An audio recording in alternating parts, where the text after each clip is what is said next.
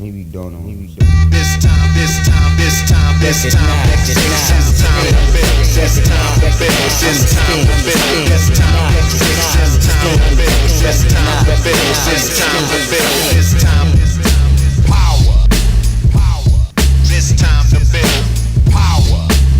This time to build power. This time to build power. What's up, everybody? I'm your host, Chris Hampton. Welcome to episode 90 of the Power Company Podcast, brought to you by PowerCompanyClimbing.com.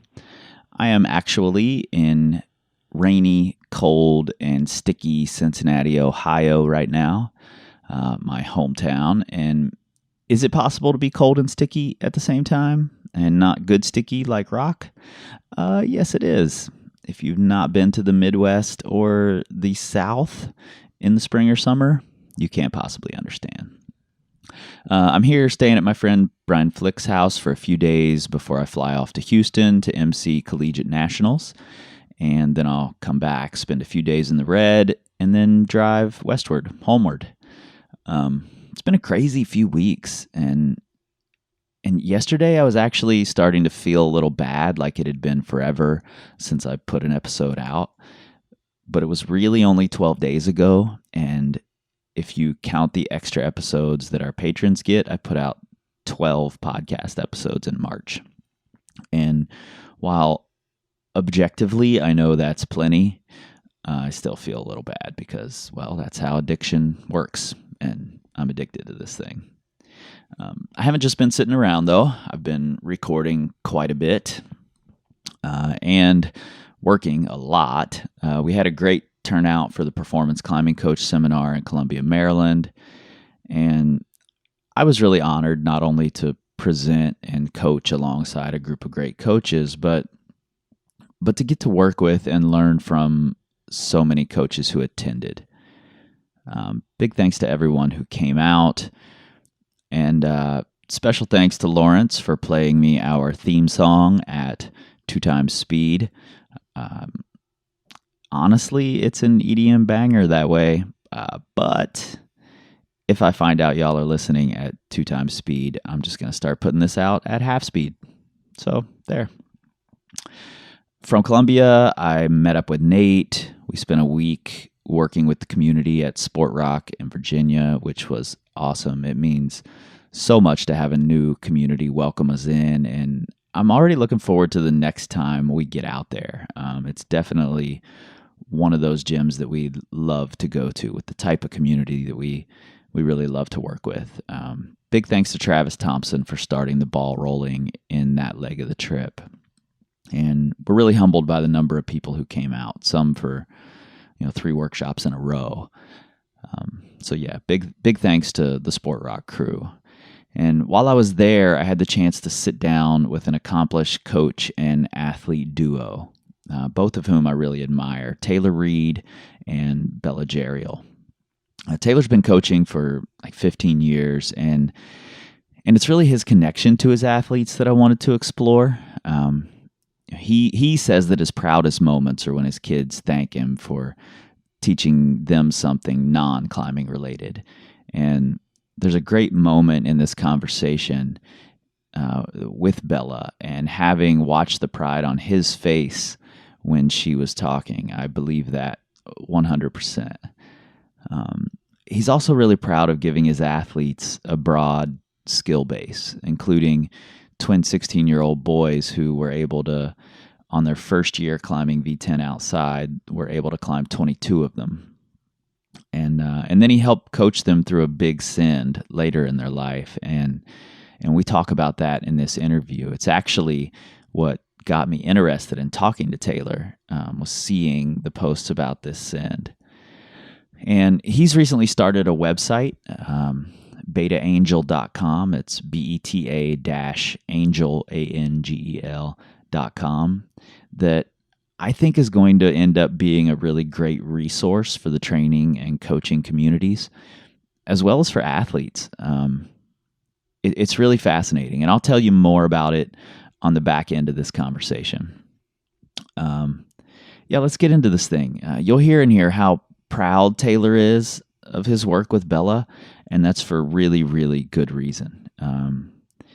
She was 2017 Youth National Champion in speed, and at the Pan American Championships, she walked away with gold in speed, bronze in bouldering, and silver in the Olympic combined format. And she's qualified for the U.S. youth team in all 4 disciplines last year. So bouldering, sport, and speed, the 3 that we know. And the new Olympic combined format is also a discipline. So all 4 disciplines last year, she made the U.S. youth team.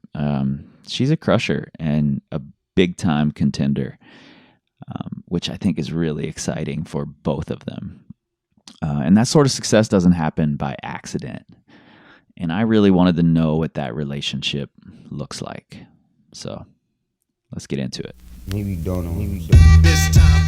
Bella says she's stubborn, and I totally agree. She is very stubborn. But she also is very, very willing to try new things. Incredibly willing to try new things. This time to build power. This time to build power. This time.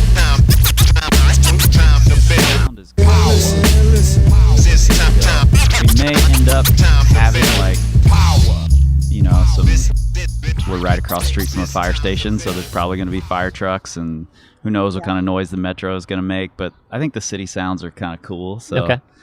So no worries if we hear a bunch of sounds. Not going to slow us down at all. Let's start by, how long have you been climbing, Bella? I've been climbing since I was 7 years old, so almost 9 years. Almost 9 years. I think I first met you when you were like 12 or something, 11 Yeah. or 12 in the red, and you were like 2.5 feet tall or something like that, a little tiny thing. How long have you two been working together, Taylor? I'd say probably about 4 to 5 years, maybe. Yeah. Yeah, I think I first started coaching her when I took over the youth team in Rockville, and we immediately picked up some private lessons and just kind of hit it off and kept going since. Yeah, and that brings up the point that I really want to talk about with you guys is that I'm an observer, so I sit on Facebook and look at all of the things that are going on and really try to understand what's happening in the climbing world, especially with coaches and athletes. And I see a lot of your athletes, Taylor, post things. They're tagging you in it. They're giving you credit for a lot of their later success after they're gone from the team and they've moved away or whatever. And I see you, I hear your pride in your posts. I see your pride in your posts with these athletes that have been, out of your care, so to speak, for a while. And I think that's fascinating. I think that sort of relationship is really, really cool. And you started right off by saying we hit it off. That's really important. When Bella, when you guys first started working together, was that something that you noticed? That it was like, oh, we mesh really well as coach and climber? Yeah, I definitely noticed that. I'm a pretty stubborn person, but I think I've had a lot of success with Taylor, like when it's come to competitions and stuff, but also training. It's also been going very well. Yeah. Yeah. Is there something, Taylor, that you think is indicative of that early on when you're working with a climber? How do you know you're hitting it off? Like, is it the way they respond to you? Is it a feeling? What is it?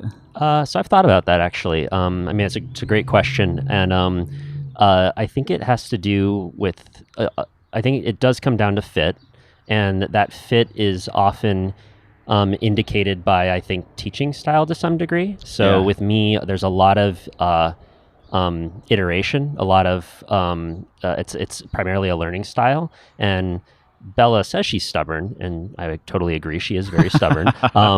But she also is very, very willing to try new things. Incredibly willing to try new things. And often when you iterate, you just sort of, I don't know, I like to say, and I know other people have said this before, ready, fire, aim.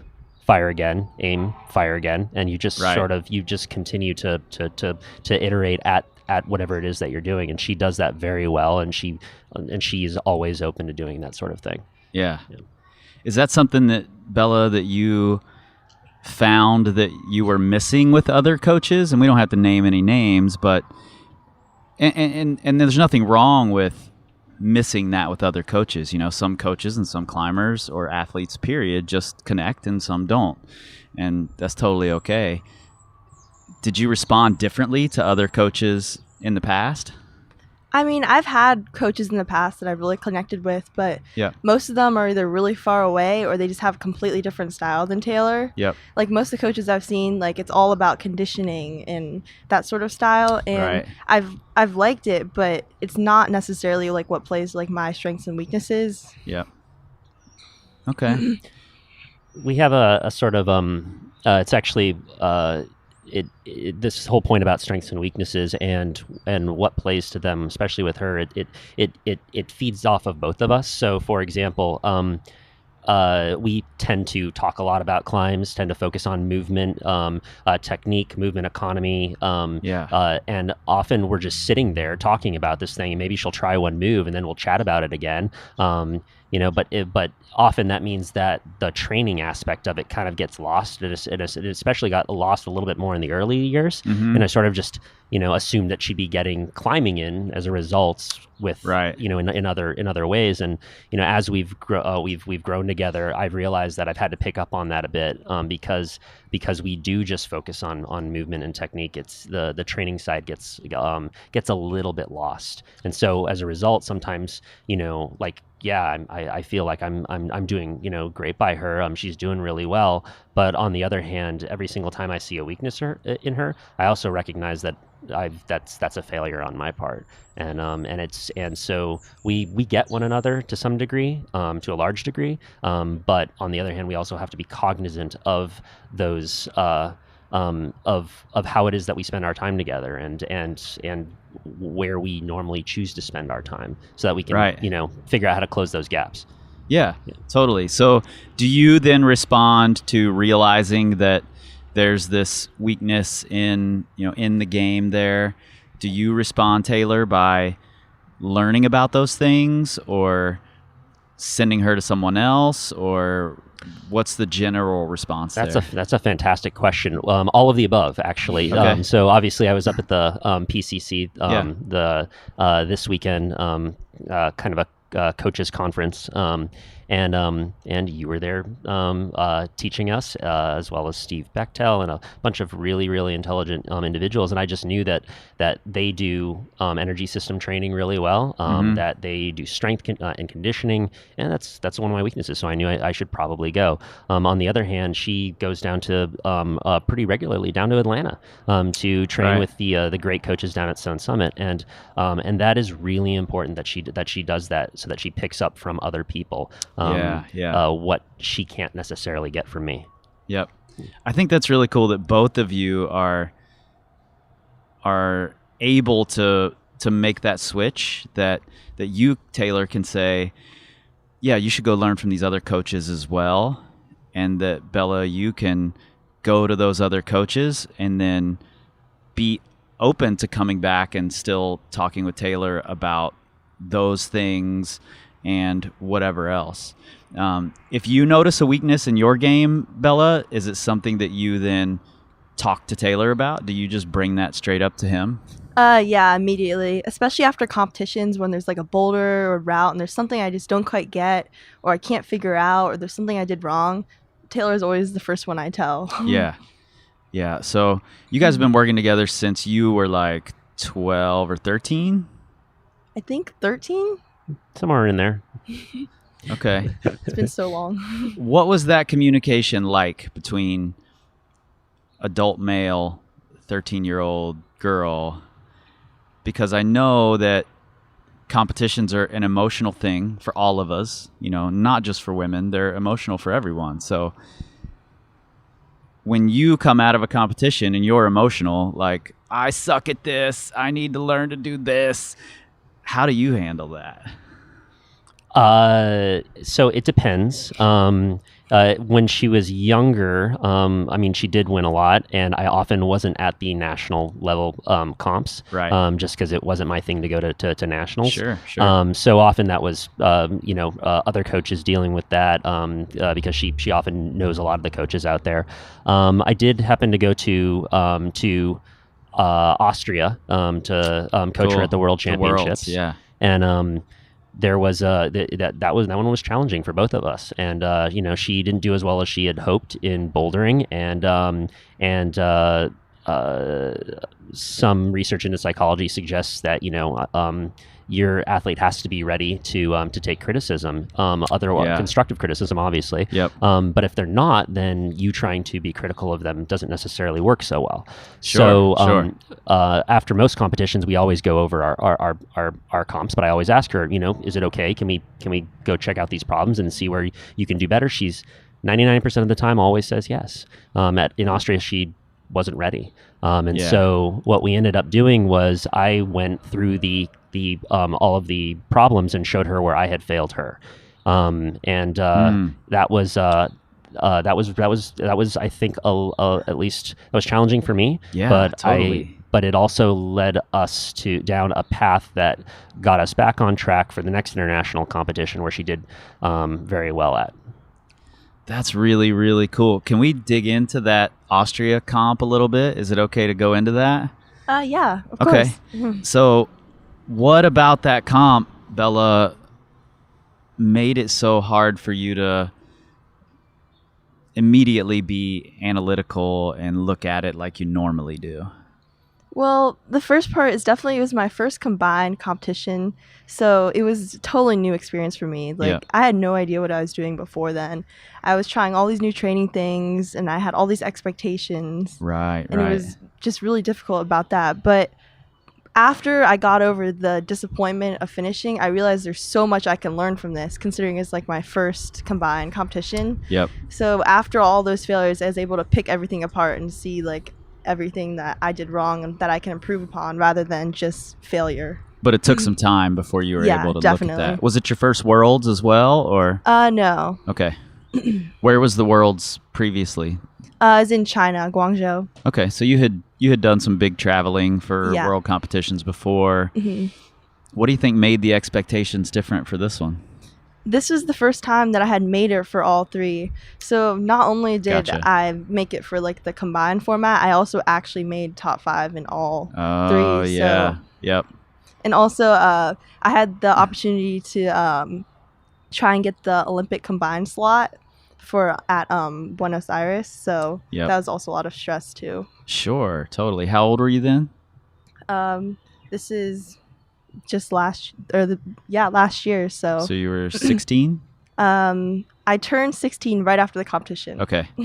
Almost 16. Ooh, boy, that's an emotional time Yup. period without worlds and Olympic spots, and oh man. What made you, Taylor, go switch gears from here's what we normally do? We break down this competition. We talk about exactly what went wrong. What made you switch gears to I'm going to let her do her thing and I'm going to explain to her where I went wrong? Well, her emotions at the time, Yeah. which we were both emotional about it, but Sure. obviously I have a few years on her, so and I wanted to, and I knew that I had built up a decent amount of trust, and so I knew that I didn't want to just walk away from her, and so but I also knew that she probably wasn't going to listen to constructive criticism about how well she did. Right.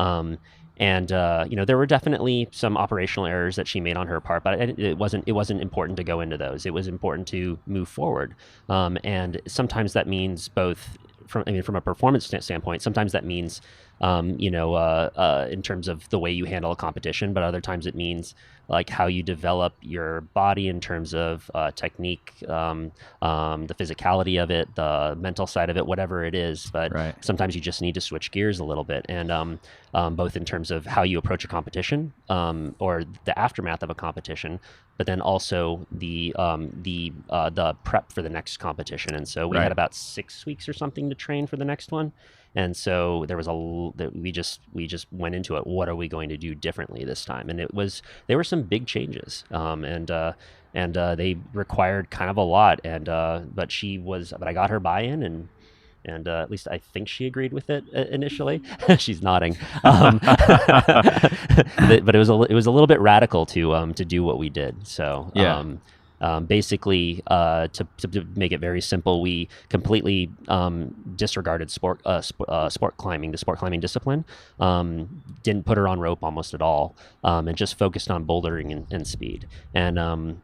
And we also changed up her climbing style. She's a very, very dynamic climber. Right. She latches holds. She's just very good at that. But a lot of what I saw out in Innsbruck, Austria, was her inability to get her center of gravity higher in a more controlled position. And so figuring out how to teach that it's not really my style personally. I like to throw too, but figuring out how to teach that was definitely a work in progress. But it seemed to do okay. Cool. You said something really important in there, that you got her buy-in. I think that's a really big part of this that some coaches forget, and we tend to forget it. When we see ourselves as an authority figure, or the person putting the plan together, or whatever it is, it's really easy to forget that this is a mutual agreement, and without Bella saying, yeah, I think this is a good idea, I'm all in, you're not going to get nearly the same results out of it, right? No, definitely not. How was it for you hearing, I want to change your climbing style a little bit, and here's why? Well, honestly, I think it was a mutual decision. Okay. Because I sat down with him, I was like, okay, I'm not comfortable with this performance at this competition. What do we need to do together to make this change? And then we discussed options, and then we talked about the upsides and downsides, and we made an agreement. Man, that's so freaking cool. How do you, going into the next comp, temper those expectations that were happening going into Innsbruck? That's a really good question.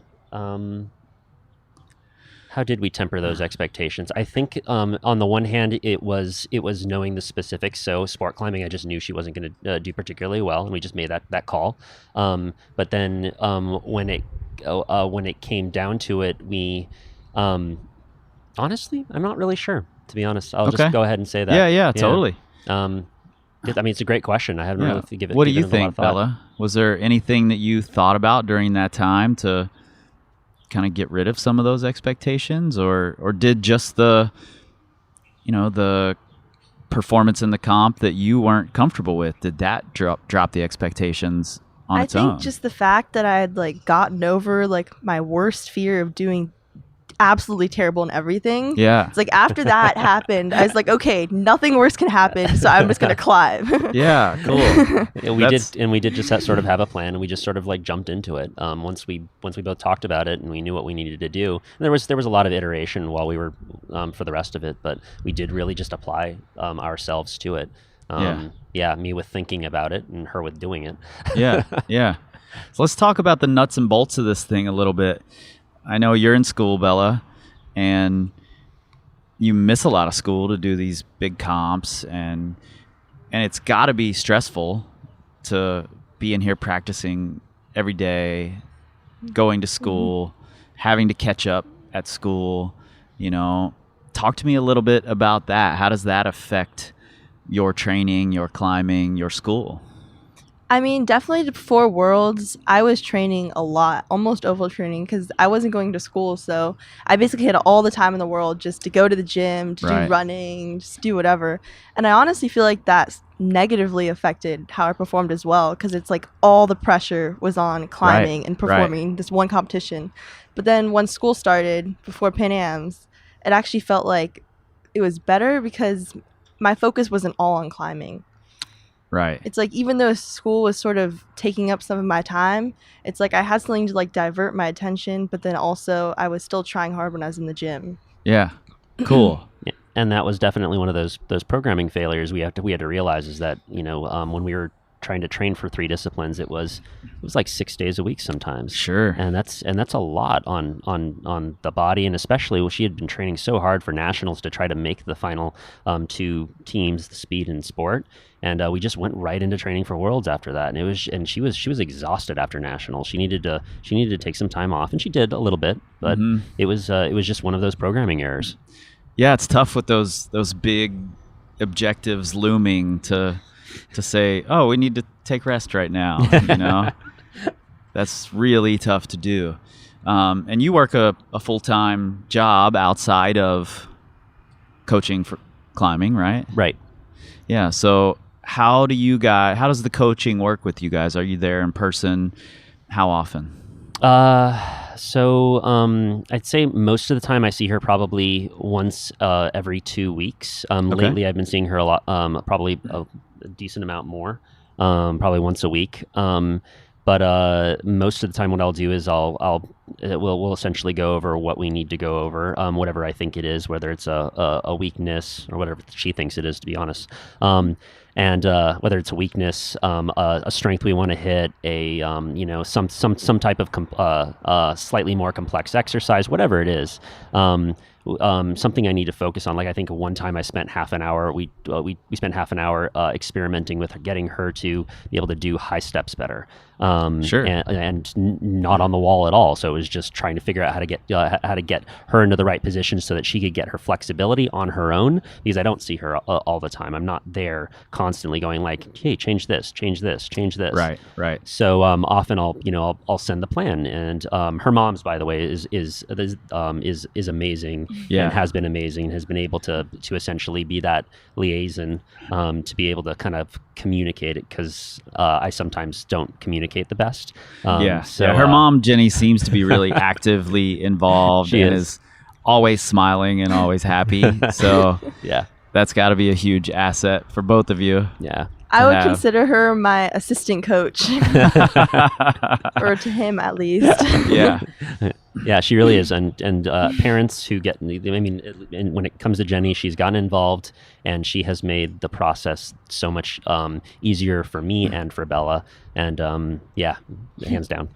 Have you seen parents get involved that make the process more difficult? And again, we don't have to name names, but I would say that, flipping that around again, most of my successes have been, there has been a parent, usually a mother, who has gotten involved to the extent that they facilitate the relationship in any way that makes sense. Right. And that has been fairly important. I've thought about that a bit, of what type of dynamic works really well. Yeah. And there have definitely been times where there hasn't been a constant presence, but they still are supportive in the background. Yeah. I think that there have been times where a parent, specifically like 10, 15 years ago when I first started, where I was willing to do more, and the parent would essentially say, oh, it's a little bit too much to get the kid into the gym. It's not something, like I think one parent asked me, well, is this really, are they really going to be able to get a scholarship like this? This was of an 11-year-old, a scholarship later on. And I was just like, talk about expectations. Yeah. So I think in from that perspective, there can be a negative thing to some degree. But I'd prefer to focus on the parents that facilitate really help. Yeah, totally. And I see so many of them, right? I've had Connie Leitner on the podcast, and she's really great with Kai. I see her at comps and outdoors all the time, and she might stand back and wring her hands a little bit, but she doesn't micromanage, and she lets Kai do his thing. And I've climbed a little bit with Rudy Ruana and Drew, and they're great. So it's really interesting to see the parent dynamic and the coach dynamic with the parent as well. How much do you guys talk over the plan with assistant coach Jenny? Normally she's not like there with us when me and Taylor are talking about stuff.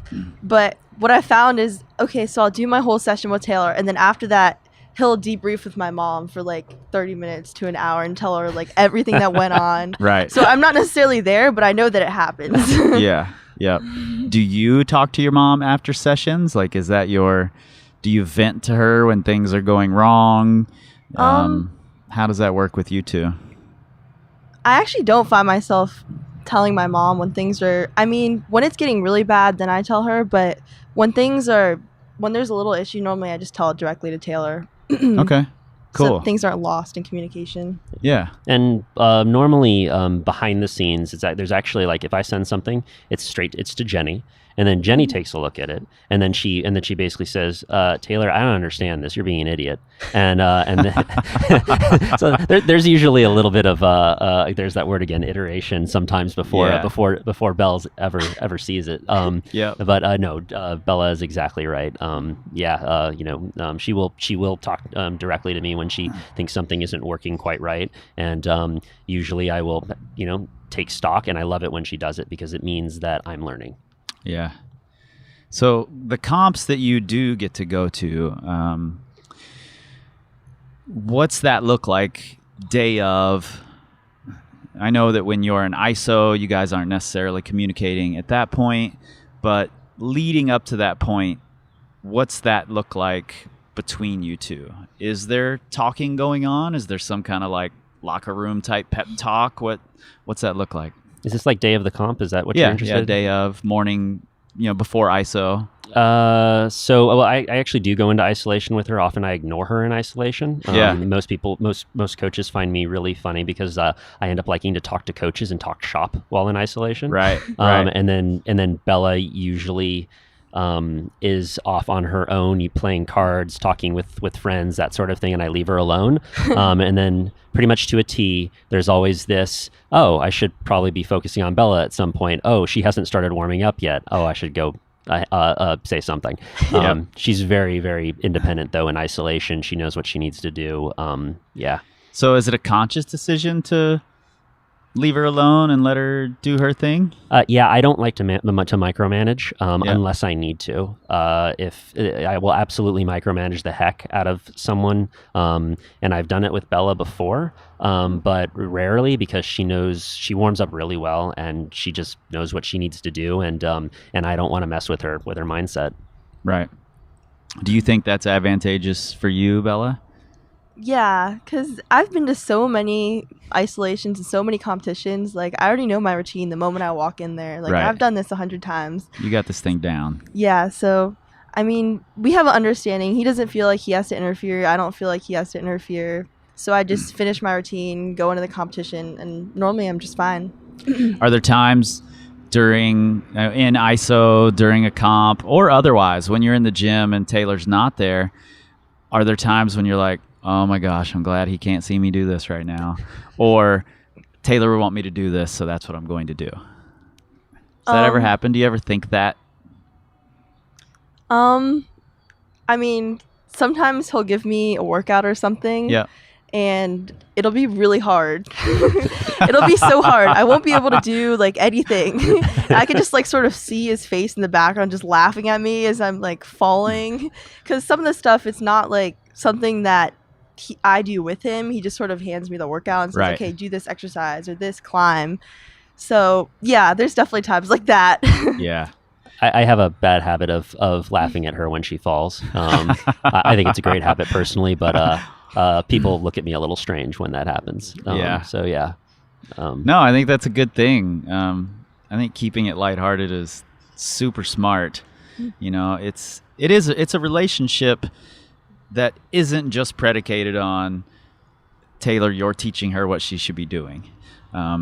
Everything you've said is we work on getting her to high step higher, you know, and to me that indicates that you guys are playing around with it. It's not like I know best, you listen to me, you do this right now or else, you know. Oh God, no. It's not that kind of thing. I can see that. And I asked that question because last night when I walked around the corner during the workshop that you were in, Bella, and all of the team kids are like making up silly dynos, I was like, this is how it works with team kids. They're totally off task 5 minutes after putting them on task. So, but I think that's I think that's an interesting part of being a kid, being a youth competitor, and you've grown up, you're beyond being a kid now, but you grew up in this time where you were able to be creative and have fun and be silly and make up things with your friends and be willing to fail over and over again in front of them. And that's what I saw last night when I walked around the corner. And that's why I didn't stop it, because I'm like, oh, they're doing exactly what I want them to be doing, just not in the way that I said to do it. So I would guess that there are times where you deviate from the plan a little bit and you're off with your friends and you're like looking around like, oh, I'm glad he can't see me right now, So outdoors, I know you're really interested in climbing outdoors as well. Is there coaching that goes on there? Do you guys talk about the outdoor climbing stuff, or is it all comp related? Do you want to tell them about the last time we went outdoors? Yeah. So normally, like, competition has been sort of like a side thought for us. Mm-hmm. I mean, we'll be like, okay, there's a trip coming up, so we'll work around it, but we never really like intentionally plan for it. But this time I actually set a few goals and we went outdoors to Mount Gretna in Pennsylvania, and he came with me. Yeah. And I think that was definitely one of the best outdoor trips I've had. Yeah? What made it sure. so good? I'm not sure. I just had a really good day, and he was putting me on great climbs, and everyone was really motivated, and I felt like everyone was behind me, and it just felt like I had a great group of support in order to keep doing those climbs even when I was completely exhausted. Right. So you're not just looking to Taylor to help you be a better competitor.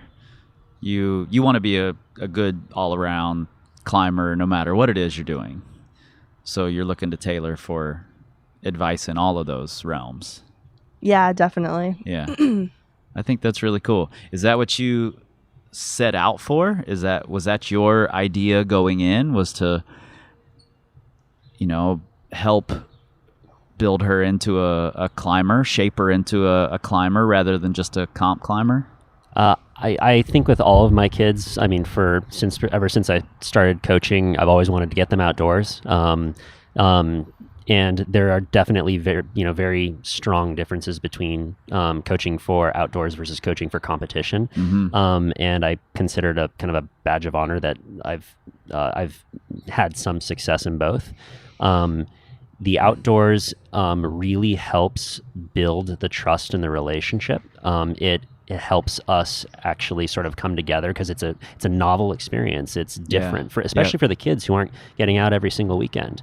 And so being able to go out into this beautiful area far from other people and having all of those those weird little things pop up. I don't like wind. It just sort of it's different, and it's a different experience, and as a result you end up getting closer, and that allows us to build the trust that we need to do better at competitions, but then also do better outside in a number of different ways. And she gets really psyched about wanting to go outside and climb hard boulders or even hard routes outside. Yeah. I just think that's win-win all over the place. Yeah. And when you go outside, does it become more of a partnership role? Or is it still coach student? How did that feel to you, Bella? Was it more like, oh, I'm just going climbing and this is a climbing partner? Yeah, I would say more like that. It never felt like, it wasn't like the moment I got off the wall when we're in a session, he's like, okay, you need to change this and this. Right. It was just, okay, I fell. What do I do? Right. Not necessarily like he's already telling me this is what you need to change or this is what you're doing wrong. Right. Was that a conscious change on your part, or did you just fall into that because you're a climber and that's what you do? Honestly, I feel like it's almost like if like outside is sort of a little bit more, I don't know, it's just a little bit more important to take a step back and sort of allow the enjoyment of the outdoor to take place. And there's certainly coaching which happens outdoors, but it's not as focused or intense. Right. Maybe intense is a better word than focused, I guess. Yep. than the indoor stuff that we do. And so she'll go several burns, and I'll just be completely quiet, and sometimes I just turn my mind off and I don't even think about the analysis. But other times I'm thinking about the analysis, but realizing she's probably going to get it on her next go. She's probably going to figure it out. Her body's probably going to figure it out. Yeah. Yeah. That's cool. You're totally willing to just let her work through it, make mistakes, figure it out on her own. Absolutely. Yeah. Yeah. Has it always been that way? Honestly, I'm not sure. Well, we don't go outside a ton together. When we are indoors, I'm much less likely to just let a go just sort of stand on its own. Right. But outdoors, when we have gone out, I would say it's been like that. At least that's my understanding. But you can correct me if I'm wrong, kiddo.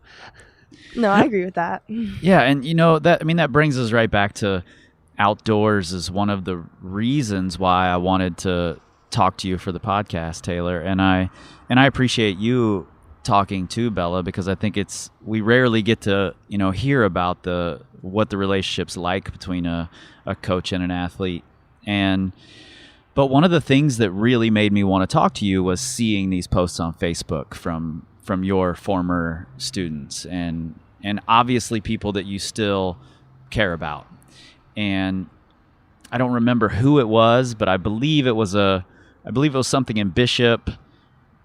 Oh, the Swarm. It was the Swarm. Yeah. Yep. Yeah. Did you have a question, or I can? No, just tell me about that a little bit. Sure. So I started teaching twin Israeli boys. Back in 2005 or so, and basically the deal was I teach them for free, and they contribute points to my team, so I can try to win the regional cup. Yeah. And we just started going outside a lot more, and I developed them from like V3 to I think V11, V12 is when around 16, 17 years of age. And then they ended up going out to the Swarm last year, and obviously they're much older now, like, I don't know, early 20s, mid 20s, I have no idea. Mm-hmm. But they went out to the Swarm, and they were having some trouble in the late spring of 2017. So they contacted me and they said, "We need to figure out how to do this this boulder. We really need some help." And so I took a look at all the video on the Swarm, looked at all the beta, looked at the essentially how the moves are done based upon the beta. And sent them some thoughts. They also sent me video of their tries. And then over the summer, I think we iterated like once or twice, and then early in the start of the fall season in 2017, first Itai sent it, and then Eden contacted me because he hadn't sent it that session, and so we talked a little bit about it, and he was able to send it, I think, on his next time up there. Oh, so, man, yeah, that's so cool. I remember seeing the post, and besides the fact that these two twin brothers sent it in back-to-back sessions, which is cool enough, I was really impressed by them giving you credit and your pride in what they had done. And I just think that's huge, and it was so evident. You just said I developed them from V3 to V11 or V12. I think if I asked either of them, they would say, he developed us from V3 to today, V13 or whatever. I think that's the way, based on that post, that they would phrase it. And sorry, that is a little bit of pride when I say I developed them. We all developed one another. Totally. Be honest. Yeah. But I mean, they have it's interesting. They're identical twins, and yet they have completely different climbing styles. They're identical twins, and yet they have completely different grip positions that they use. Yeah. And I've thought a lot about why that is. What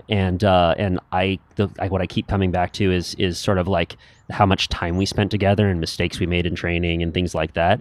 And they're just really cool people, and that's one of the things I love about developing a climber, working with a climber, is being able to eventually, like 5 years down the line, I don't know, go, hang out with them.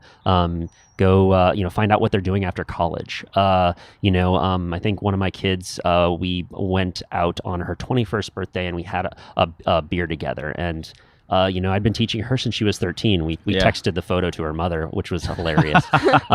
It's just these moments kind of outside of climbing that really get me like excited to actually, to go back into climbing and do better. And I love having, those kind of those deep relationships. And they're just a lot of fun and I don't know, they help me get through my day job. Yeah, totally. Bella, do you feel like the relationship that you and Taylor have is not only helping you become a better climber, but a better human in any ways? Definitely. That reminds me of a specific time. Tell me. So my mom has all these pictures of, I'll backtrack a little. So I had to do this arcing workout that he gave me, and it was terrible. I had to do 30 minutes on the wall, and I just had to keep going up and down with like very little rest, and I was exhausted. So my mom has like all these pictures of me lying on the ground in pain, and then of course she puts them all in this giant collage and sends it to Taylor. Right. And Taylor really wanted to show it to everyone, and I was like, no, please don't. It's so embarrassing. But I think after I listened to him and he told me, just show it to someone. Like, just take pride in who you are and just don't take that embarrassment. Like, just have pride in yourself. Yeah. So I finally said it to my friend, and he laughed, but I got over it, and I think that made me a better person, and that had nothing to do with climbing. So yeah, I definitely feel that way. Cool. Well, I think that's a good place to wrap it up. Any final words from either of you just about coaching or about being coached that you think is really important for people to hear? Well, first off, I do want to say thanks, Chris, for inviting us out here. This was really awesome, and it's great to learn a little bit more about you as well. Yeah. Honestly, I think that in any type of relationship, you're looking for that fit. You're looking for to click, and not everything is going to work out perfectly between every person or every coach and every athlete, and that's okay. But hopefully eventually you find that fit that and are able to develop yourself both as an athlete and as a person. And I fully believe that. I think we should all at least try to aspire to it, and I continue to try to work towards that. Cool. Any last thoughts, Bella? I'm putting you on the spot here. I would say that always make sure you communicate with your coach, and that you guys always have an understanding, or things can be lost. And it's also a really good way to build your relationship. Yeah. Man, you guys are too cool. And I love that you just sit out here and talk, because in class you're really quiet. In the gym you're pretty quiet. When it comes to people outside of your peer group, So I love that you're able to just open up in front of Taylor and talk openly and be like, your workouts are terrible. So thank you guys a ton for sitting down and chatting with me and being so open. Thanks for having us. Yeah. Oh man, that was such a fun conversation to have, and it's fascinating to me to be able to get a little bit of a window into how that dynamic works. Thanks to Bella and Taylor for taking time out of their schedules to coordinate and to make this happen. This is so much more valuable to me as a coach and as a human in general than knowing the details of whatever training program Taylor's creating for Bella. I don't need to know how long she's hanging or how many minutes she spends on the moonboard. Or how many minutes she spends on the moonboard. This is the stuff that makes me a better coach, better partner. And that's not to say that the physical side isn't important. It most certainly is, but it's the easy part. And Speaking of which, you'll find a link in the show notes to a collage of those photos that Bella talks about, her Exhaustion album that we discuss, with her permission, of course, and with great joy from Jenny, her mom. So go check those out. They're pretty amazing. Now, I just submitted my coaching profile for Taylor's new site, betaangel.com. You can find a link directly to it in the show notes on the website, and you should definitely check it out. The Beta Angel project is collecting data and research about climbing and then translating it into practical application, as well as doing video analysis of high-level movement and creating a platform for in-depth coaching profiles. It's really a fascinating site, and it's perfect for someone like me who just doesn't have the time to try and wade through research and data on my own. I would rather look and be able to see what someone who's taken the time and who thinks through it, see what they feel about it. So this is a really great resource. Again, it's betaangel.com, beta-angel.com. And there's links to it in the show notes and on the website. All right, I'm out. You all are zealots, which means I am slammed with work, so I gotta go. And until next time, you can find us at powercompanyclimbing.com. You can find us on all the social medias at Power Company Climbing. All of the social medias, that is, except for the Twitter, because we don't tweet. We scream like eagles. This time, this time, this time, this time, this time to build, this time to build, this time to build, this time, this time to build, this time to build, this time to build, this time, power, this time to build, power, this time to build, power, this time to build, power. This time to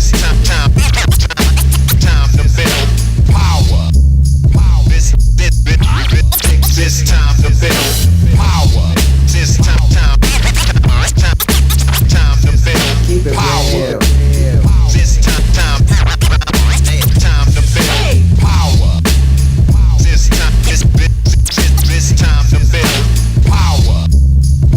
This time to build. This time to build. This time to build. This time to build. This time to build. This time to build. This time to build. This time to build.